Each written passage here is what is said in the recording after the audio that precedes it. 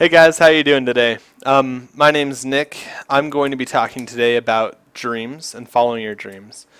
Um, so an interesting thing happened to me a couple of years ago. Let me start the story here. Uh, when I was in high school, I wanted to put something out into the world that has my name on it that is for sale. Um, And so the easy way probably to do that would have been to like paint a garbage can and take it to like some local art fair. Um, but I say garbage can because if I did any art, it would be that bad. It would be complete garbage. But you know, if it's like on a garbage can, maybe like it would it would be ironic. I don't know. Um, so if we flash forward to college for me, we come to a time when I got together with one of my buddies and I said, "Hey, let's make a video game," which is one of those phrases that you'll hear a lot of, kids in college say to their roommates, like, "Yo, we should make a video game. It would be so cool to have like this stuff and this stuff."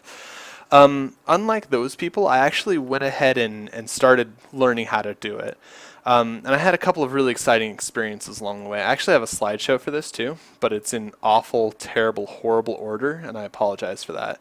Um, so I'll flip over to that in just a second. But I had some incredible experiences because I had friends who really liked me and liked spending time with me, which isn't always a blessing that people have. And I also had friends who were very talented. Um, and then I had an interesting experience I uh, where I emailed this guy. I wanted to use his music in a game that I was making. I sent him an email, and he's kind of one of my musical heroes. This guy is brilliant. His music is amazing. This song specifically is just absolutely mind-meltingly good. I sent him an email and he sent me one back. I said, "Hey, can I use your song in my game?" And he sent back and he was like, "Yeah, totally try it. I'm interested. I want to check it out when you're done. Let me know. Just make sure that, you put my name on it, you put me out there along with what you're doing." I was like, "That is so cool. To get an email back from one of my heroes. That's just amazing." Um, so then I kept working on it, and as I worked through it, I found some amazing people to work with. I found a couple of artists, and I was talking about the story that I had, and I had an artist buddy who put together some sketches and like kind of narrowed down the idea and really got her attitude down, and the whole thing just looked awesome. Um, and then he gave me this colorized image, and I was like, "Oh, that's so cool." And we made a big branding push on it, but I didn't have a game yet. I didn't have any mechanics put down. I didn't have any of that sort of stuff. I didn't actually have a game. So in the process, I wound up spinning my wheels a lot, and because I didn't understand much about game design and about like programming specifically, the whole thing kind of flopped, and it wound up being actually about a year and a half of my life that I dumped into this project without getting anything back out. Or the stuff that I got back out was really minor. And I pushed really hard on my dream, and the whole thing kind of fell apart because I didn't know what I was doing. Um, so then in February of this year, I'm still working on this thing, still kind of trying to put it together, and I'm jump back through stuff here. I wrote up this script. The script was a new starting place for me. It was a big push. I put together a bunch of stuff that I knew how to do, and I wrote up the script. And I have a close up here. In 2 weeks, I wrote the script that's about 43 pages. It's 16,000 words. And it was all because I had taken this time in between, this time when I had been failing and been flailing on my dream, uh, and I was consolidating and understanding what I actually needed to know. Um, so I went from there. I've had amazing friends since then who have pushed me and helped me and kept me growing. Specifically, so that's all been for a game called Dissonance Shattered, like you saw. Um, and I actually hired that same buddy to do this version of the main character, which looks just freaking baller. Like it's so exciting. That game is just so exciting. I can't quite explain to you the degree to which I'm excited about Dissonance Shattered, but it's still years out, and I understand that now. I definitely didn't understand that when I started. Um, we have mechanics programmed in now, which we didn't have then. We have exact, like, I have the whole script written. I know how levels are going to be blocked out. Like, I have all that written down. It's stuff that I didn't understand before. And then I had another buddy who's actually, he wrote the theme for, he composed the theme for Dissonance Shattered, which is sweet, and it's on my other channel, and you can check that out. I'll put a link to it in the description of the video. He said, you know, there's this big VR world out there. There is a huge amount of,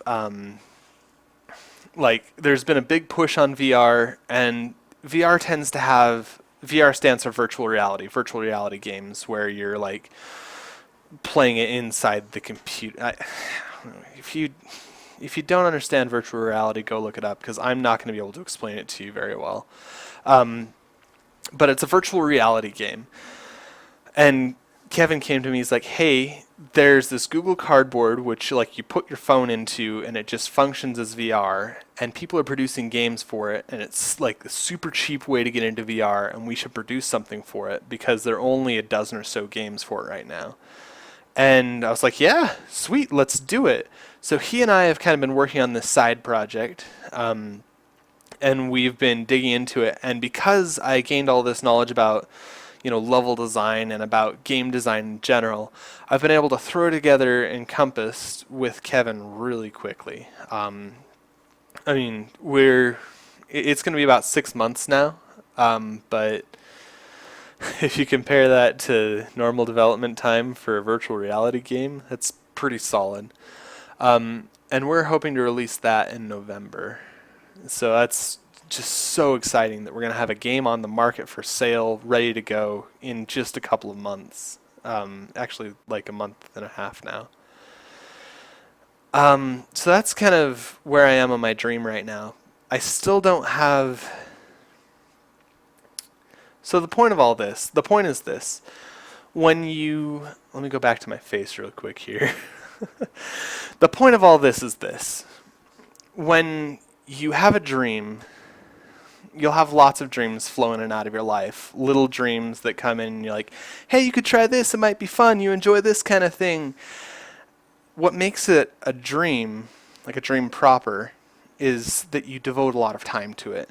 You sink energy into it, and you take that little hope, that little speck of excitement, and you push it, and you fuel it, and you feed it. And something that they don't tell you when they tell you to follow your dream is that initial fire dies.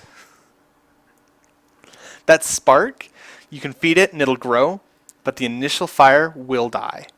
And what you're left with are the experiences that you gained along the way.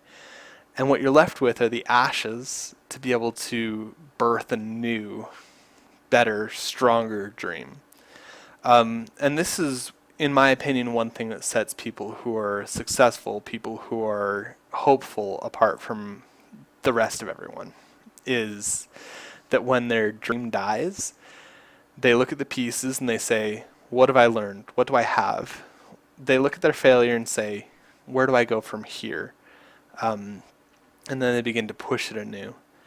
And that is my encouragement. That is what today is about, is saying your dream will die and working on your dream will suck. You need to take those two things and move on to the third one, which is what do you do with it? And put it all back together. Thanks for watching.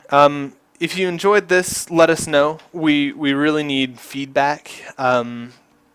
So my sisters and I are planning on doing this thing where we talk about something that we learned, something that we gained over our college, post-college experience. So I'm supposed to do the one from Monday, and it's Wednesday, so I'm behind on that. Um, and Hannah will be doing one hopefully tomorrow. I give her latitude to do it as late as Monday. Um, and we should have a couple of these out for you guys. If you give us feedback, we'll start to tailor things more toward what you're looking for. We'll try to give you information along those lines. Thanks so much for watching. Have a wonderful week.